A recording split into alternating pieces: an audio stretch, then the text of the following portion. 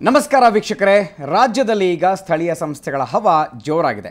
ಜೊತೆಗೆ ರಾಜ್ಯ ವಿಧಾನಸಭೆ ಚುನಾವಣೆಯೂ ದೂರ ಇಲ್ಲ. ಹೀಗಾಗಿ ರಾಜಕೀಯ ಸುದ್ದಿಗಳ ಅಬ್ಬರ ಜೋರಾಗಿದೆ. ಕೇವಲ ರಾಜಕೀಯ ಸುದ್ದಿಗಳ ವಿಶೇಷ ಕಾರ್ಯಕ್ರಮ ಎಲೆಕ್ಷನ್ ಬುಲೆಟಿನ್ಗೆ ಸ್ವಾಗತ. ನಾನು ಗುರುಪ್ರಸಾದ್. ಬನ್ನಿ ಹೆಡ್ಲೈನ್ಸ್ ಏನಿದೆ ಅಂತ ನೋಡೋಣ. ರಾಜ್ಯ ರಾಜಕೀಯದಲ್ಲಿ ಪಕ್ಷಾಂತರ ಪರ್ವ. ಜೆಡಿಎಸ್ಗೆ ವಾಪಸ್ ಮರಳಿದ ಜಿಟಿ ದೇವೇಗೌಡರು. ಕುಮಾರಸ್ವಾಮಿ ಸಮ್ಮುಖದಲ್ಲಿ ಜೆಡಿಎಸ್ಗೆ ಸೇರ್ಪಡೆ.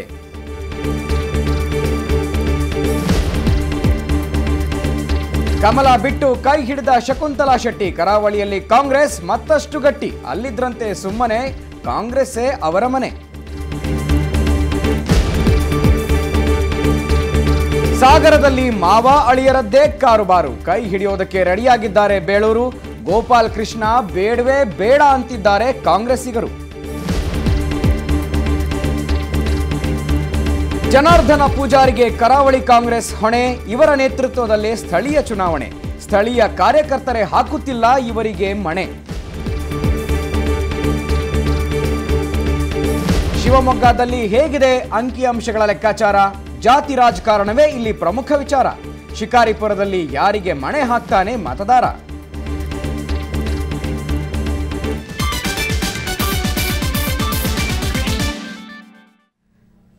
ನಿಮ್ಮ ಊರಲ್ಲಿ ಏನಾಗ್ತಾ ಇದೆ? ಯಾರಿಗಿದೆ ಯಾರ ಬೆಂಬಲ? ಇದೆ ಲೋಕಲ್ ರಾಜಕೀಯ.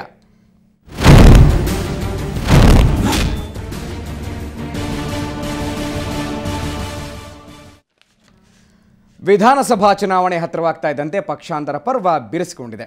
ಹಳೆ ಮೈಸೂರು ಭಾಗದ ಜೆಡಿಎಸ್ನ ಬಲಾಢ್ಯ ನಾಯಕರಾಗಿದ್ದ ಜಿಟಿ ದೇವೇಗೌಡ ಇವತ್ತು ಮರಳಿ ಪಕ್ಷದ ತೆಕ್ಕೆಗೆ ಬಂದರು.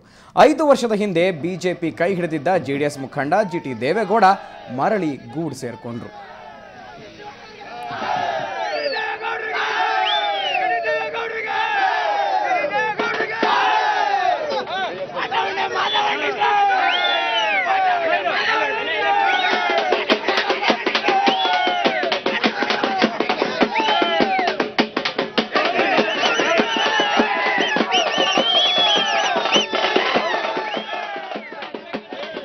ಮೈಸೂರಿನಲ್ಲಿ ನಡೆದಂತಹ ಬೃಹತ್ ಬಹಿರಂಗ ಸಮಾವೇಶದಲ್ಲಿ ಅಪಾರ ಬೆಂಬಲಿಗರೊಂದಿಗೆ ಮಾತೃಪಕ್ಷದ ಮಡಿಲು ಸೇರಿದ್ರು ಜಿಟಿ ದೇವೇಗೌಡರು.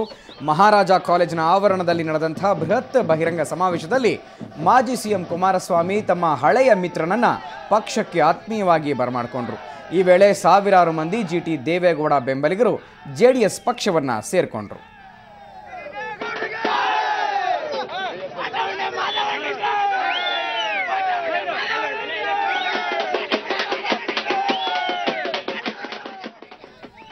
ಇನ್ನು ಸಮಾವೇಶದಲ್ಲಿ ಬಿಜೆಪಿಗೆ ಸೇರಿ ತಪ್ಪು ಮಾಡಿಬಿಟ್ಟಿದ್ದೆ, ಕ್ಷಮಿಸ್ಬಿಡಿ, ಮತ್ತೆ ಜೆಡಿಎಸ್ಗೆ ಬಂದಿದ್ದೀನಿ, ಆಶೀರ್ವಾದ ಮಾಡಿ ಅಂತ ಜಿಟಿ ದೇವೇಗೌಡರು ಮನವಿ ಮಾಡಿಕೊಂಡ್ರು.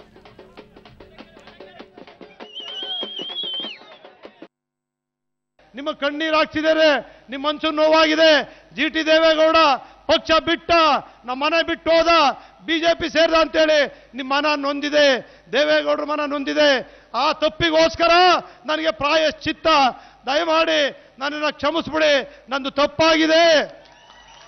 ನಾನು ಹೇಳ್ತಾ ಇದ್ದೇನೆ ಒಂದು ಮಾತನ್ನ, 5 ವರ್ಷ ಬಿಜೆಪಿಗೆ ಹೋಗಿದ್ರಿಂದ ನಾನು ಯಾವತ್ತೂ ಕೂಡ ನೋಡ್ದಂಗಾಯ್ತು. ರೇವಣ್ಣ ಮೇಲೆ ದೂರ್ತಾ ಇದ್ವಿ. ರೇವಣ್ಣ ಅಷ್ಟೆಲ್ಲ ಕೆಲಸ ಮಾಡಿದ್ರು ಕೂಡ ಅವರು ಕೋಪ ಕಠಿಣ ಅಂತೇಳಿ ಕೋಪ ಮಾಡ್ತಿದ್ವಿ. ನಾವು ಅಲ್ಲೋಗಿ ನೋಡಿದ್ವಿ, ಯಡಿಯೂರಪ್ಪನವ್ರ ಕೋಪ ಒಂದು ದಿವಸ ಒಬ್ಬರನ್ನು ಮಾತಾಡಿಸ್ಲಿಲ್ಲ. ಆಗ ನೋಡಿದ ನಮಗೆ ಗೊತ್ತಾಯ್ತು ಬೇರೆಯವ್ರು ಏನು ಅಂತ, ಬಿಜೆಪಿ ಕತೆ ಏನು, ಮಂತ್ರಿಗಳಾದವ್ರು ಏನು, ಅವ್ರು ಯಾವ ರೀತಿ ಗೌರವ ಕೊಡ್ತಾರೆ ಅಂತಕ್ಕಂಥದ್ದು ಅಲ್ಲಿಗೆ ಹೋದಾಗ ಗೊತ್ತಾಯ್ತು. ಇನ್ನು 5 ವರ್ಷಗಳ ಹಿಂದೆ ಜಿಟಿ ದೇವೇಗೌಡ ಜೆಡಿಎಸ್ ಪಕ್ಷವನ್ನು ತೊರೆದು ಬಿಜೆಪಿಯನ್ನ ಕೈ ಹಿಡಿದಿದ್ರು. ಮಾಜಿ ಸಚಿವ ಜಿಟಿ ದೇವೇಗೌಡರಿಗೆ 5 ವರ್ಷ ಕಾಲ ರಾಜ್ಯ ಗೃಹ ಮಂಡಳಿ ಅಧ್ಯಕ್ಷರ ಹುದ್ದೆಯೂ ಕೂಡ ಸಿಕ್ಕಿತ್ತು. ಈಗ ಎಲೆಕ್ಷನ್ ಹತ್ತಿರ ಬಂದಿದೆ. ದೇವೇಗೌಡರ ನಿಷ್ಠೆ HD ದೇವೇಗೌಡರ ಕಡೆ ತಿರುಗಿದೆ. ಬಿಜೆಪಿ ತೊರೆದಿದ್ದಾರೆ, ಮಾತೃಪಕ್ಷಕ್ಕೆ ವಾಪಸ್ ಮರಳಿದ್ದಾರೆ. ಜಿಟಿಡಿ ಅವರನ್ನು ಬರಮಾಡಿಕೊಂಡು ಸಮಾವೇಶದಲ್ಲಿ ಮಾತನಾಡಿದ ಜೆಡಿಎಸ್ ರಾಜ್ಯಾಧ್ಯಕ್ಷ ಕುಮಾರಸ್ವಾಮಿ, ರಾಜ್ಯದ ಜನತೆ ಕಾಂಗ್ರೆಸ್ ಹಾಗೂ ಬಿಜೆಪಿಯನ್ನ ತಿರಸ್ಕರಿಸಿ ಜೆಡಿಎಸ್ಗೆ ಅಧಿಕಾರ ನೀಡಿ ಅಂತ ಕರೆ ಕೊಟ್ಟರು. ರಾಜ್ಯದ ಎಲ್ಲ ರೈತರ ಸಾಲ ಮನ್ನಾ ಮಾಡೋದಾಗಿ ಘೋಷಣೆ ಮಾಡಿದ್ರು. ಅಲ್ಲದೆ ಜಿಟಿಡಿ ಈ ಹಿಂದೆ ತಪ್ಪು ಮಾಡಿದ್ದಾರೆ, ಅವರ ತಪ್ಪನ್ನು ಕ್ಷಮಿಸ್ಬಿಡಿ, ಜಿಟಿಡಿ ಕ್ಷಮೆಯಾಚನೆಗೆ ಅಂಕಿತದ ಮುದ್ರೆಯನ್ನು ಕೂಡ ಒತ್ತಿದ್ರು. ನನ್ನ ಜೀವನ ಪರ್ಯಂತ ನಿಮಗೋಸ್ಕರವಾಗಿ ನನ್ನ ದುಡಿಮೆಯನ್ನು ಮೀಸಲಿಟ್ಟಿದ್ದೇನೆ ಅನ್ನೋದನ್ನು ಹೇಳಲಿಕ್ಕೆ ಬಯಸ್ತೇನೆ. ಇವತ್ತಿನ ಈ ಒಂದು ಕಾರ್ಯಕ್ರಮದ ಮುಖಾಂತರ ಸನ್ಮಾನ್ಯ ಜಿ.ಟಿ. ದೇವೇಗೌಡರು ಮತ್ತು ಅವರ ಜೊತೆಯಲ್ಲಿ ಹಲವಾರು ಹಿತೈಷಿಗಳು ಇವತ್ತು ಪಕ್ಷಕ್ಕೆ ಏನು ಮರಳಿ ಮನೆಗೆ ಬಂದಿದ್ದಾರೆ. ಅವರೆಲ್ಲರಿಗೆ ಪಕ್ಷದ ಪರವಾಗಿ ತುಂಬ ಹೃದಯದ ಸ್ವಾಗತವನ್ನು ಮೊದಲನೇದಾಗಿ ಕೋರಲಿಕ್ಕೆ ಬಯಸ್ತೇನೆ.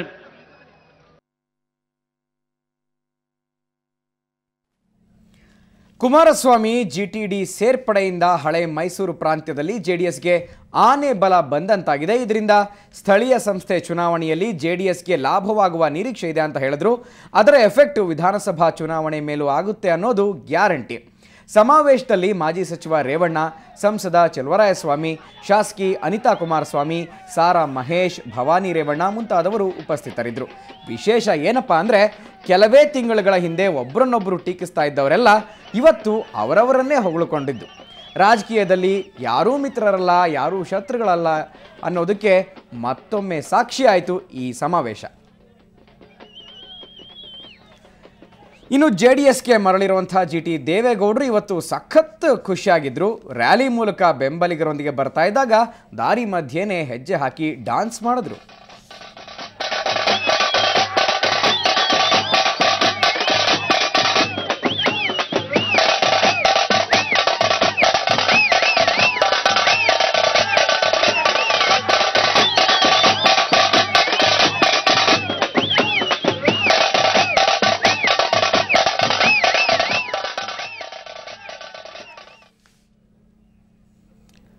ಮೈಸೂರಿನಲ್ಲಿ ಜಿ.ಟಿ. ದೇವೇಗೌಡರು ಜೆಡಿಎಸ್ ಮಡಲಿಗೆ ವಾಪಸ್ ಹೋದರೆ ಪುತ್ತೂರಿನಲ್ಲಿ ಬಿಜೆಪಿಯ ಇನ್ನೊಬ್ಬ ನಾಯಕಿ ಮಾಜಿ ಶಾಸಕಿ ಶಕುಂತಲಾ ಶೆಟ್ಟಿ ಕಾಂಗ್ರೆಸ್ ಕೈ ಹಿಡಿದಿದ್ದಾರೆ. ಪುತ್ತೂರಿನ ಮಾಜಿ ಶಾಸಕಿಯಾದರೂ ಅವರು ಕಾಂಗ್ರೆಸ್ ಸೇರಿದ್ದು ಬೆಂಗಳೂರಿನ ಕೆಪಿಸಿಸಿ ಕಚೇರಿಯಲ್ಲಿ. ಕಾಂಗ್ರೆಸ್ ಕಚೇರಿಯಲ್ಲೇ ನಡೆದ ಪುಟ್ಟ ಸಮಾರಂಭದಲ್ಲಿ ಶಕುಂತಲಾ ಶೆಟ್ಟಿ ಕಾಂಗ್ರೆಸ್ ಸೇರ್ಪಡೆಗೊಂಡರು. ಕೆಪಿಸಿಸಿ ಅಧ್ಯಕ್ಷ ಡಾಕ್ಟರ್ ಜಿ ಪರಮೇಶ್ವರ್ ಶಕುಂತಲಾ ಶೆಟ್ಟಿಯವರನ್ನ ಪಕ್ಷಕ್ಕೆ ಬರಮಾಡಿಕೊಂಡ್ರು.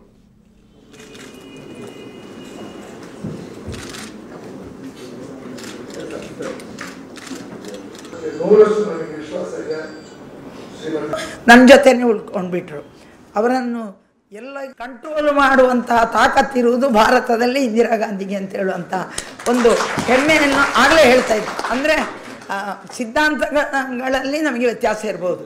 ಕಂಬಳದಲ್ಲಿ ನಾನು ಜೊತೆಯಲ್ಲಿ ಕೂತಲ್ಲಿಂದ ನನ್ನದು ಪ್ರಾರಂಭ ಆಯಿತು, ಶಕುನ ಗೆಡಲಿಕ್ಕೆ ಪ್ರಾರಂಭ ಆಯಿತು. ಭಾಳ ಆವತ್ತು ಎಷ್ಟು ಹತ್ತುಕೊಂಡು ಪಕ್ಷವನ್ನು ಬಿಟ್ಟಿದ್ದೇನ, ಇವತ್ತು ಅಷ್ಟೇ ನಗುನಗ್ತಾ ಪಕ್ಷಕ್ಕೆ ಸೇರ್ತಾ ಇದ್ದೇನೆ.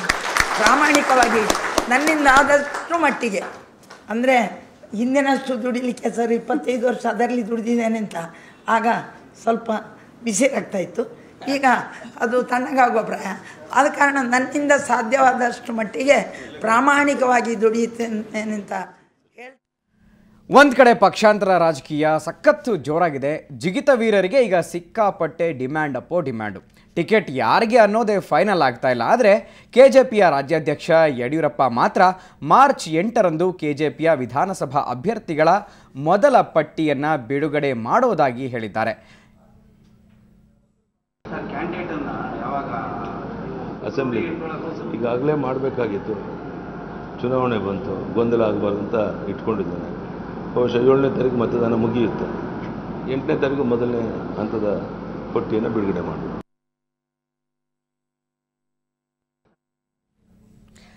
ಇದು ಒಂಥರ ವಿಚಿತ್ರವಾದ ವರಸೆ. ಶಾಸಕರು ರಾಜೀನಾಮೆ ಕೊಡೋದು ಬೇರೆ ಪಕ್ಷದ ಟಿಕೆಟ್ಗೋ ಅಥವಾ ಪ್ರಚಾರಕ್ಕೋ ಅನ್ನೋದೇ ಗೊತ್ತಾಗ್ತಾ ಇಲ್ಲ. ಇಂಥ ಡೌಟ್ ಬಂದಿದ್ದು ಇವತ್ತು ಈಶ್ವರಪ್ಪನವರು ಕೊಟ್ಟಂಥ ಸ್ಟೇಟ್ಮೆಂಟ್ನಿಂದ. ಎಸ್, ಬಿಜೆಪಿ ಶಾಸಕರು ತಮ್ಮ ಸ್ಥಾನಕ್ಕೆ ರಾಜೀನಾಮೆ ನೀಡ್ತಾ ಇರೋದು ಕೇವಲ ಪ್ರಚಾರದ ತಂತ್ರ ಅಂತ ವ್ಯಾಖ್ಯಾನ ಮಾಡಿದ್ದಾರೆ ಬಿಜೆಪಿಯ ರಾಜ್ಯಾಧ್ಯಕ್ಷ ಈಶ್ವರಪ್ಪನವರು. ಅವ್ರ ಪ್ರಕಾರ ರಾಜೀನಾಮೆ ಕೊಡ್ತಾ ಇರುವ ಶಾಸಕರೆಲ್ಲ ಪತ್ರಿಕೆಗಳು, ಮಾಧ್ಯಮಗಳಲ್ಲಿ ಪ್ರಚಾರ ಗಿಟ್ಟಿಸ್ಕೊಳ್ಳೋದಕ್ಕೋಸ್ಕರ ರಿಸೈನ್ ಮಾಡ್ತಾ ಇದ್ದಾರಂತೆ.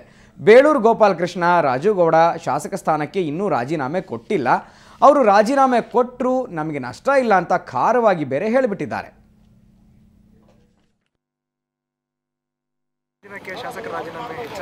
ಎಲ್ಲ ಒಂದು ವರ್ಷ ಹೆಸರಳಪ್ಪ ನೋಡ, ನೀನೇ ರಾಜೀನಾಮೆ ಕೊಟ್ಟಿರೋದು. ನಿಮ್ಮ ಪೇಪರಲ್ಲಿ ಟಿ ವಿನಲ್ಲಿ ರಾಜೀನಾಮೆ ಕೊಡ್ತಿದ್ದಾರೆ ಅಂತ ಪಟ್ಟಿ ಪ್ರಚಾರ ಜಾಸ್ತಿ ಆಗ್ತಾಯಿದೆ. ರಾಜೀನಾಮೆ ಕೊಟ್ಟಿದ್ದಾರೆ ಯಾರಾದರೂ? ರಾಜೀನಾಮೆ ಕೊಡಲಿ, ನೇರವಾಗಿ ಗೋಪಾಲಕೃಷ್ಣ ರಾಜೀನಾಮೆ ಕೊಡ್ತೀನಿ ಅಂದರು, ಕೊಟ್ಕೊಂಡು ಕೂತ್ಕೊಳ್ಳಿ, ನಾವೇನು ಬೇಡ ಅಂದ್ವಾ? ರಾಜೇಗೌಡ ರಾಜೀನಾಮೆ ಕೊಡ್ತೀನಿ ಅಂತಂದರು, ಕೊಟ್ರಾ?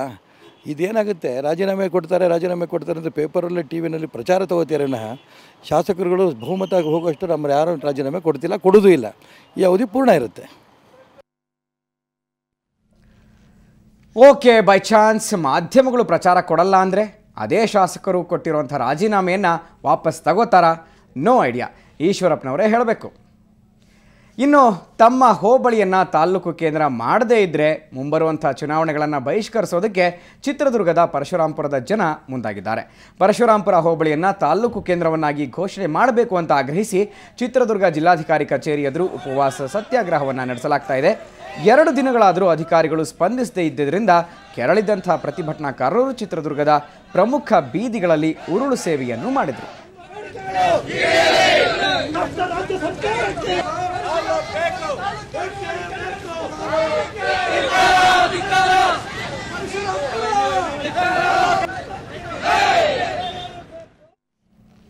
ವೀಕ್ಷಕರ, ಇನ್ನೂ ಸಿಕ್ಕಾಪಟ್ಟೆ ರಾಜಕೀಯದ ಸುದ್ದಿಗಳು ಕಾಯ್ತಾ ಇದೆ. ಒಂದು ಬ್ರೇಕ್ ನಂತರ ಅದನ್ನೆಲ್ಲ ಹೇಳ್ತೀವಿ.